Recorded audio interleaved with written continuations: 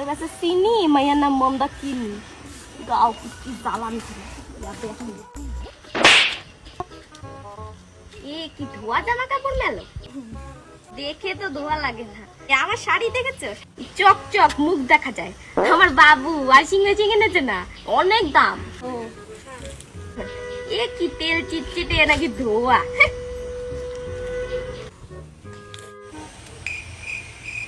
গান করে না চিল্লায়।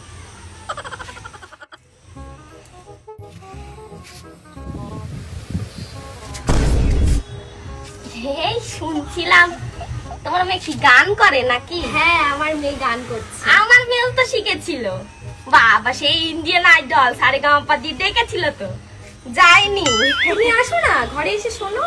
না না, আমার মেয়ে ওই অত বড় জায়গা দিয়ে ডেকেছে, তাই যাইনি। অত টাইম কোথায় আমার তোমার মেয়ের গান শুনবো? তুমি বলো ভালো করে গান করতে, আমি শুনবো না বাবা। আরে হ্যাঁ, চিল্লাতে কম বলো, গানটা করতে বলো। গানের ছিড়ি হয়ে আবার আমি শুনবো, বৃষ্টি আর হবে না। এই আমগুলো তোদের নাকি রে? নিলাম দুটো, আবার গালাগালি করিস না কাকিমাকে। এটা তুমি রোজই নিয়ে যাও। অবশ্য আমার ছেলে 5 কেজি এনে রেখেছে, গাছের আম তো মজাটাই আলাদা। নিলাম দুটো। হে, তোদের পেছনে সে নিম গাছটা আছে না, ওখান থেকে দুটো নিম পাতা দে না। আসলে এই যে দামি যে সাবানটা না, ওটা নিম আছে, ওটা অর্ডার দিয়ে আনতে হয় তো, শেষ হয়ে গেছে, এখন আসেনি, তাই তো নিম বেটে একটু লাগা। তোমার নিম দরকার, 1 মিনিট দাঁড়া।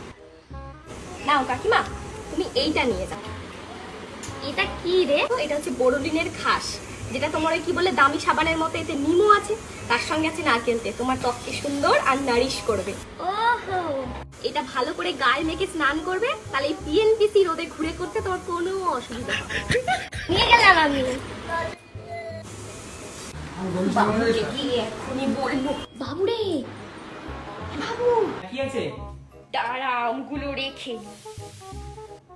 এই দেখ, এই সাবানটা আমার চাই, আমি বলে দিলাম তোকে। এইটা, এই সাবানটা আরে চিনি দিও না, চিনি দিও না, ওই ব্যাগে রাখা আছে, দেখে নাও। ও এনেছিস?